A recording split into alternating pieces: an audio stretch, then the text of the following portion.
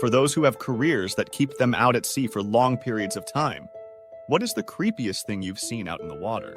Story 1. Not so much creepy as eerie, but being out in the blue at night in a lightning storm and a slack wind. The ocean was very flat. No big rolling swells, just tiny little ripples. The whole world would be black, and then there would be a flurry of bolts, and the whole world would be silver. The ocean looked like nothing so much as aluminum foil that had been scrunched up and flattened out. The water looked like mercury, and all the little ripples made these very dramatic black shadows. Story 2. This sort of qualifies. Former Navy here. Somewhere off the coast of Italy saw a very, very small boat. Not much bigger than a rowboat, about 9 or 10 miles offshore. This was sometime around midnight. There was no light from land and no other ships around. It had a light. Our ship captain said it was a fisherman, and the fish would be attracted to the light at that time. Imagine being in a rowboat about 10 miles offshore, in the middle of a pitch-black night, waiting to see what finds you. Story 3. I used to be an oil field diver in the Gulf of Mexico. I'd say about 80% of the dives I logged were at night, mostly 500 feet and under DSVs. It's a very eerie feeling sitting on the downline doing water decompression in the middle of night. I'd always ask topside to turn off my headlight, like a worm on a hook, just bobbing in the darkness. Story 4. Some 20 years ago. On the MV Explorer, since sunk down near the Antarctic Circle, sailing around the bergs and occasionally making landfall. We rounded into a small bay area, and there, amongst the ice and coast, was an unmarked sailing yacht. Which is odd, as generally yachts have some identifying markings on them. To add to it, they didn't respond to any radio contact, and whilst I wasn't privy to the conversation, and it was a long time ago, some crew went across via Zodiac and were refused boarding. So basically a yacht, not a particularly large one, that was unmarked was hanging around in the inhospitable waters of the Antarctic, and didn't want any help or contact. Proper weird. Story 5.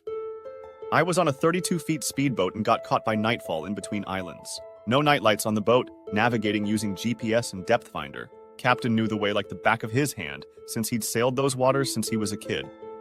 But for me, it was my first time in the middle of the ocean at night.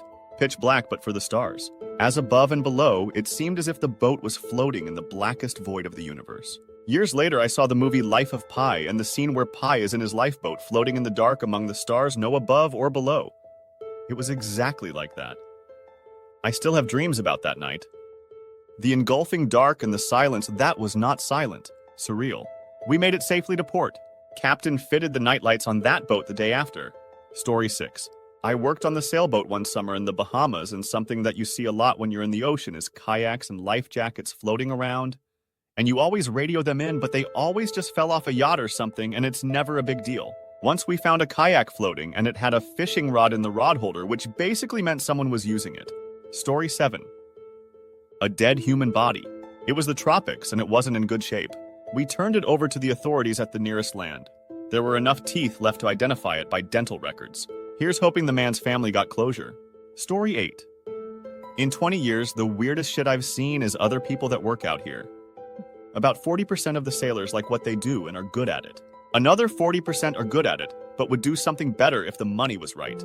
But there's another 20%, if they lived ashore for more than 6 months a year, they'd end up dead or incarcerated. There's no more west for them to go to, so they went offshore and became our problem. Story 9. I have a friend who works on ships. He said the single scariest thing he had ever seen was looking out a window and seeing a wave that he said looked like it was 100 meters high pass right by their boat and suddenly disappear. He knew about rogue waves, but he said seeing one that big and that close and watching it suddenly just vanish was so creepy and shocking that he was literally stunned for a minute.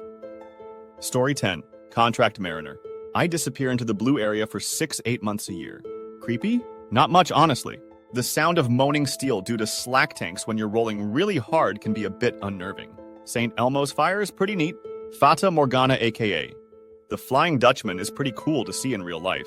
After a while, the only thing out there that really spooks you is a problem you have that directly influences your survival. All the spooky shit I've ever been a part of have been no bullshit emergencies. Fire in the engine control room? I'm the first responder down there to see if it's an actual emergency or a messed up concilium sensor. Wall of toxic smoke from burning electronics in the high voltage room? Oh damn!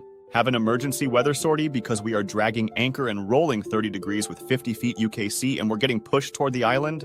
10 shots ain't enough. We are about to run aground in a 55,000-ton, 800-feet ship. Pucker factor.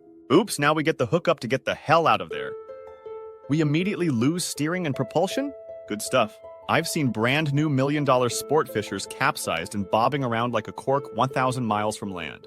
I've seen tiny little songbirds skipping along the surface just barely clinging to life, but they're flying as hard as they can to find land. Some of the saddest crap I've ever seen are those little birds skipping off the water as they fly further out to sea, hoping to all come across some land. I don't know. I'm on the Yuengling at a port bar and I'm rambling. To answer your question, the creepiest thing about being out there are the bottomless depths of sadness, loneliness, and heartache. You will go places in your mind that words will never be able to do any justice in trying to describe. Story 11. Creepiest thing I've seen has definitely been seeing myself and other crewmates lose our minds. On one particularly awful voyage, everything that could go wrong went wrong, and we found ourselves without food, water, and sleep for a very unhealthy amount of time. It started off with auditory hallucinations. Ships are noisy, and when you're going crazy, you begin to think those noises are talking to you. I heard children laughing, a choir singing, and creepiest of all, a particular splash sounded like it was calling my name from the sea. Combine that with visual hallucinations and then things get really terrifying. I was convinced we were in the desert at one point with sand all around us and mountains in the distance. Another crew member freaked out and told us we were about to run into an apartment building. The creepiest thing I saw was an all-black flying pig with red eyes on the bow. I think the scariest, though, was when someone was convinced we lost part of our crew overboard. It turned into a massive, delirious argument over where everyone was, even though we were all accounted for. That trip was brutal, and the captain put us all in a terrible situation due to sheer incompetence. Other than that, there was this one time I saw 3 gigantic ships in the distance with no lights, and they did not show up on AIS. Suddenly, they were gone. It was extremely creepy. Story 12. Oh, hey, one I can actually answer. So this isn't the creepiest story, I'll admit that straight off. I was working on a tiny oil rig off the Gulf Coast. It was about 2 p.m. I was on what was called sliver duty. Basically, you wait in between 2 relatively close-together walls on the exterior of the rig, strapped into a safety harness, while someone skirts through a long flow cable that you direct. Boring, but you get a nice view of the ocean for an hour or two. Suddenly, my buddy on the other end of the silver starts screaming to look down. I do and see the biggest sea creature I've ever seen in my life. End to end, it must have been the size of most rural hospitals I've seen. Just pushing below the surface of the water, it raised its head out, and I realized I was really dumb and was staring at an undersea cable placer. Story 13. I was drinking in an airport bar and met a woman who worked as a commercial fisherman on her way to Southeast Asia for R&R with her family. Real salt-of-the-earth lady. She regaled me with stories about her work, all the good stuff about working in her world, all the reasons she kept doing it for decades. I asked her what the scariest thing she saw out on the open ocean was, and without any hesitation, she said, "Oh, an underwater UFO. I saw one rise up out of the ocean next to my boat and fly off into the sky." The matter-of-factness of her answer bothers me to this day. Story 14. I'm no longer at sea, but used to, as a younger chap with romantic ideas, spend months on end on cargo ships. Mostly tankers, crude oil VLCC, and refined product tankers, but with a little time in oil and gas and towing, I came ashore in 2017 with a Master Unlimited ticket, sailing as chief officer. My last ship was a self-discharging bulk carrier. Anyway, I digress. It wasn't so much about what I saw, which was creepy. I saw plenty of interesting things I wouldn't have seen anywhere else. However, I was second mate on a tanker distributing refined oil products around the coast of New Zealand.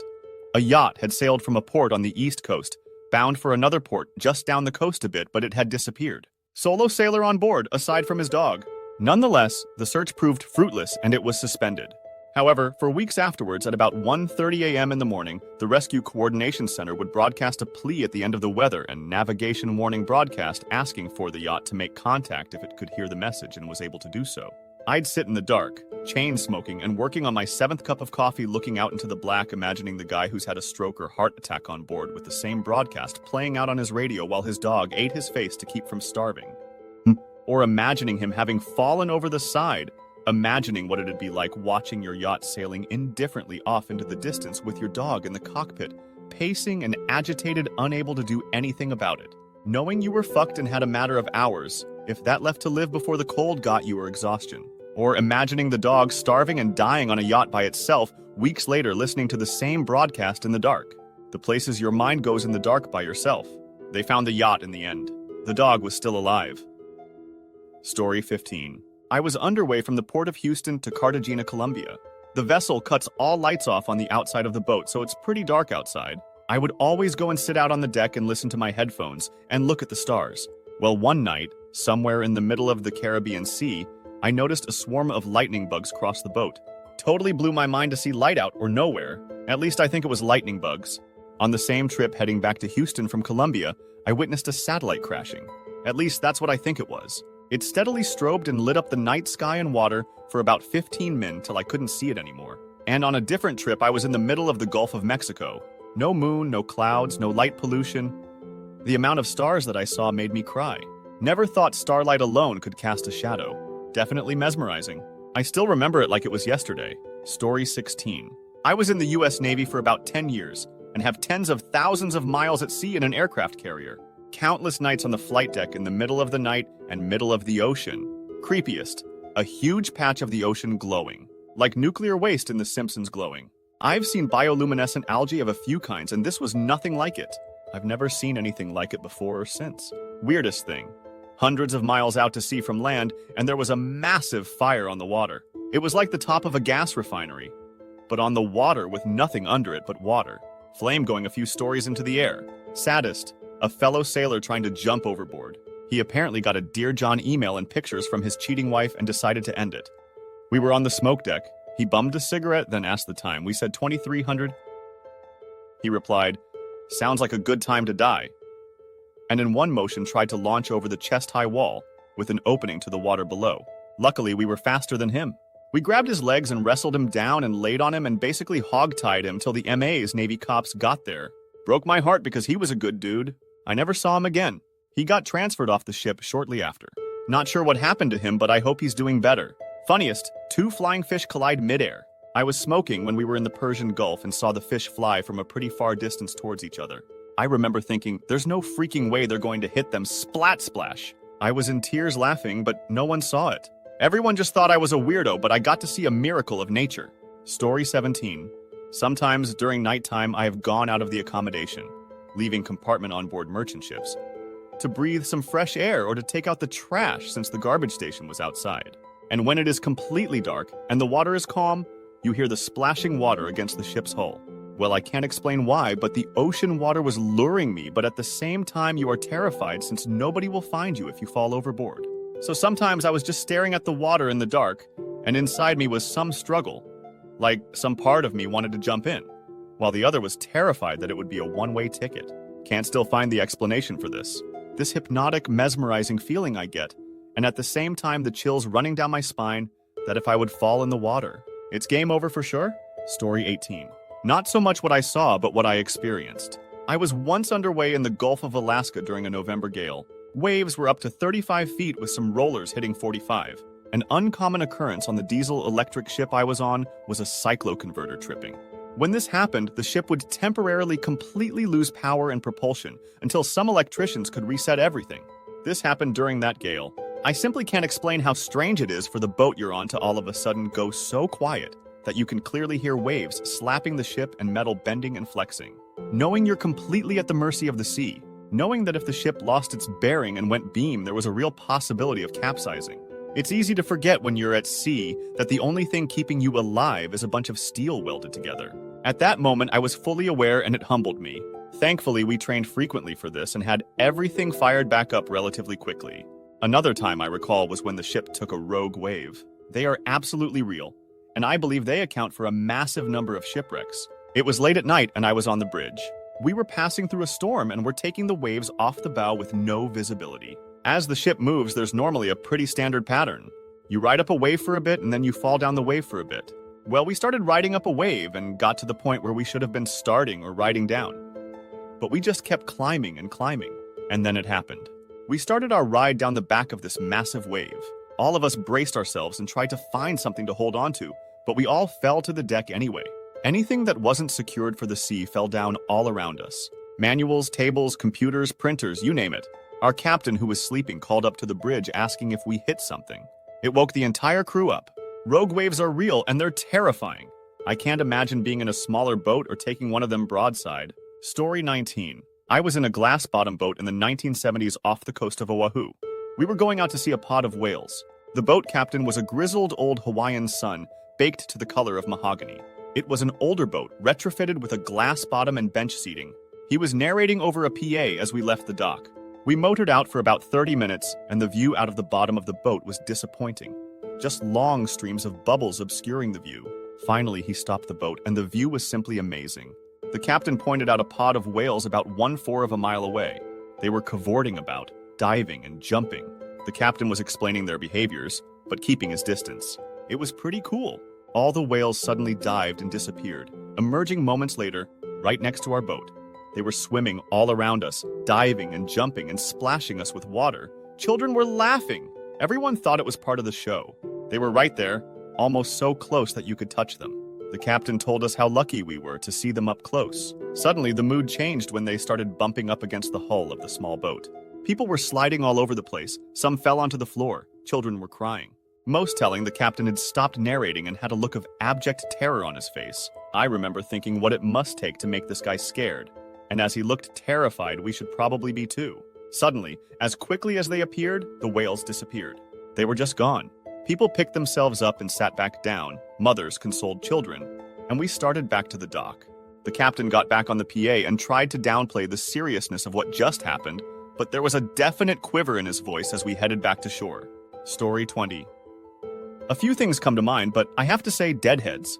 In my younger days, I was captain of a dragger out of Kodiak, Alaska. She was a 130-feet Giddings marine trawler. I will never forget my first week in the wheelhouse with the owner who was retiring and showing me the operation before I took over. After a night busting ice off the rails in freezing rain and 2-meter seas, he went to bunk and left me to wheel watch. It was clearing up with a medium haze and flat, calm waters. Most of the crew was sleeping or hanging out in the galley, so I was alone and the only eyes forward. I'm drinking some nasty Folgers and sucking down a Marlboro Red when I see what looked like an old pier piling straight ahead. I kept looking at that spot and nope, nothing there. A few seconds later, I swear I saw that thing again, but only closer. Nope, gone again. I thought, shit, I've been up way too long and I'm freaking hallucinating. Then out of nowhere, this tree trunk shoots directly up into the sky. This thing had to be 60s tall and was about 30 off the bow dead center. I damn near shit myself. I pushed to port and rubbed the tree with the right side of the bow. We were at a good 14-knot clip, which is fast as hell for an almost fully loaded trawler. Then it shot into town and disappeared about midship. I later learned that these are pretty uncommon in the Aleutians, where we were fishing. They're called deadheads, and only 2 of the guys on the boat had seen them before. They float vertically and bob straight up and down. These things were known to destroy older woodboats and kill crews. I'm just glad I wasn't dragging the net, and it would have cost us in the ballpark of $100K. I've seen what most people would consider worse, but the fear that a huge bobbing tree in the middle of Alaskan waters come out of freaking nowhere tops my list. Story 21. I used to hear a woman whisper my name at night. I hadn't slept in weeks because it scared me to death. Then an old man asked me if I was okay one morning. Shum. And he noticed I was exhausted and said, "You know, if you hear her too, it's okay. She's nice. She won't hurt you. She watches out for us." He was also parked in that marina, but for years. I'll never forget the chills I felt. I talked to other boaters as well, and they had heard her too. I finally saw her one night, and she was a Taino Indian. She was beautiful, and faded away as I gasped. Story 22. USN sailor. I have seen a lot of remarkable things, but the creepiest was a great white shark that swam, more like drifted, in between the 2 ships during an underway replenishment off the coast of Australia. I could make an educated guess on how big it was, but just let me tell you it was way bigger than the biggest sharks I've seen on the Shark Week shows. Much longer and twice as massive as the biggest shark ever seen on the YouTube videos I've seen. It didn't move a single inch.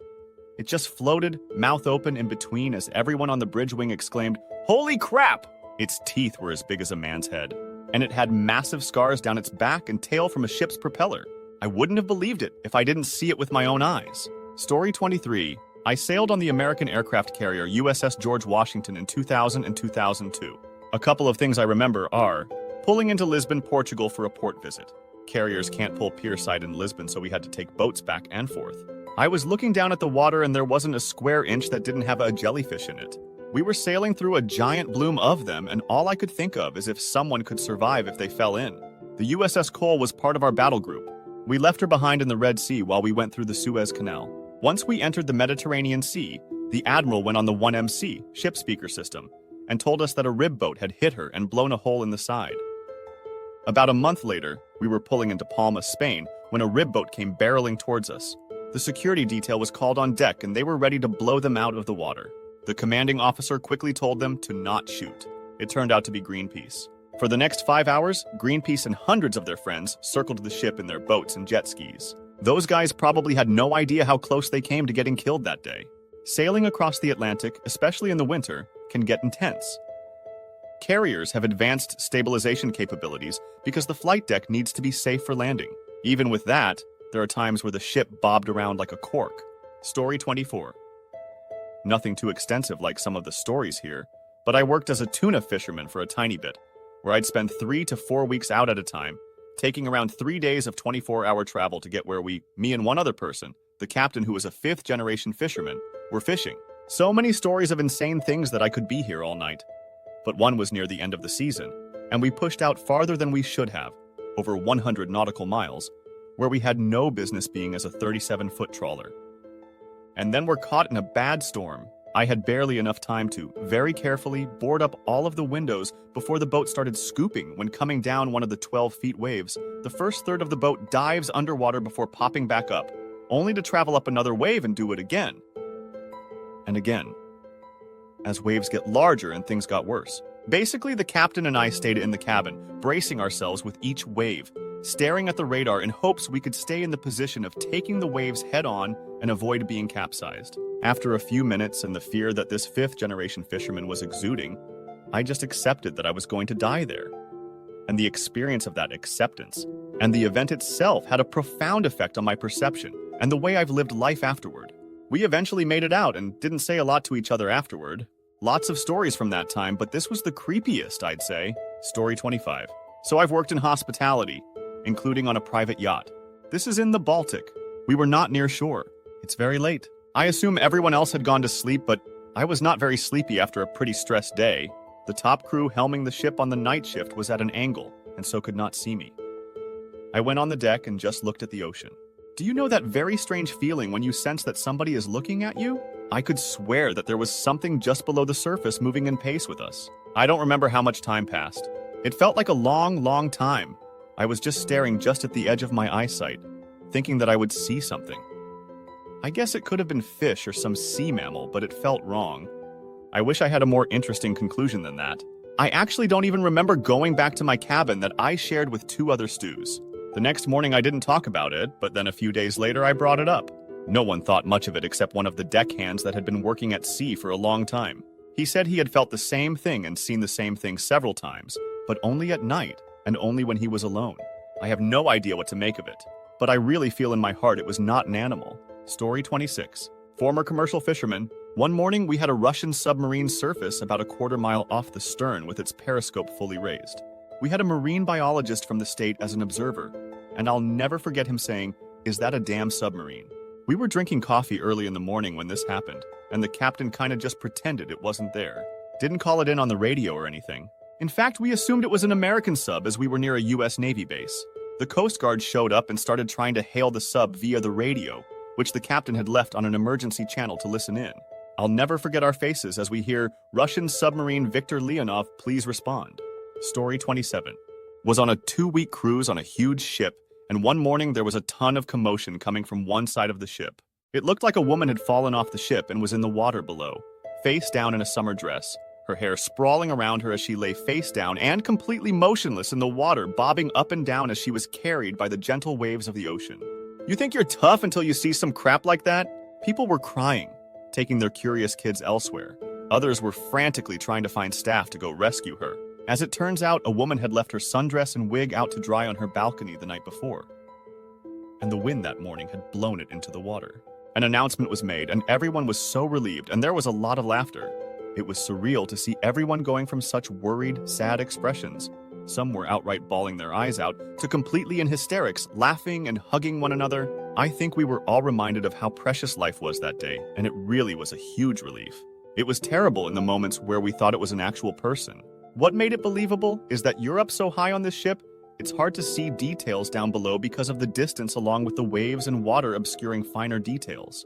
My friends and I, who were on the cruise together, drank and laughed a lot that night. It was a very sobering event.